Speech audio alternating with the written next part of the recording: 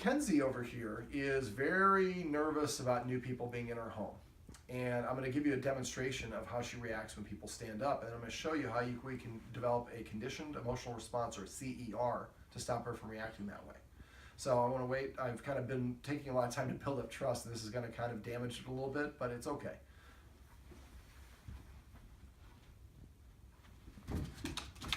So just me even just moving towards her got her reacting. I should have just filmed this because I just got done deprogramming her of this.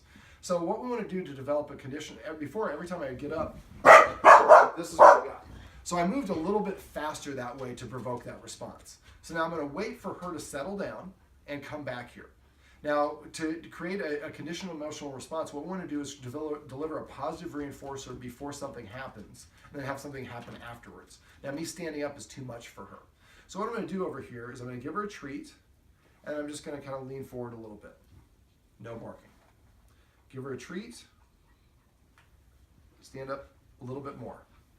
And you see she's moving away. She's moving away because she's not comfortable being near me when I'm standing because I'm in an action position.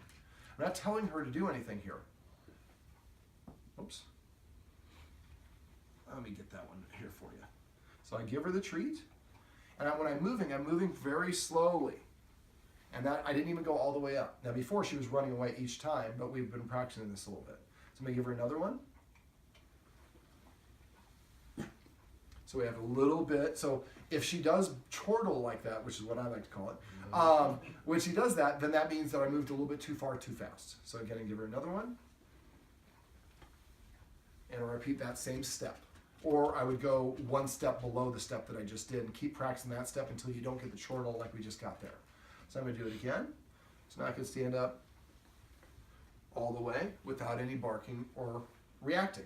Now the idea is I want to keep on, we're not going to do this video forever, but we want to keep on practicing this, and each time I'm going to do it, I'm going to get up a little bit faster, closer to a real world situation. I really wish I would have started filming this right from the get-go, because it would have been beautiful, because she was so reactive, and I did the work, and then I thought about filming this. So again, now I can get up pretty much almost a normal speed, and she's not reacting, and she's not moving too far away.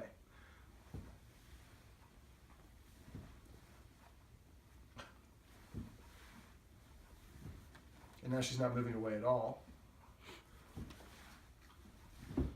So now I'm moving really fast, and she's not reacting at all. Before, she was so nervous, she was just automatically, her flight response was activated. So this is called creating it's referred to as a CER, or conditioned emotional response. Careful your finger. And so when you have a dog that is, I was going to do this with actually a hat, we'll do it off camera. So there's a relative that comes over that wears a baseball hat. She does not like the baseball hat. So you can use the same response for that. I'm going to describe it here so you have a video that you can watch. So I would first just hold the hat up. As she sees it and barks at it, that's okay, just hold it.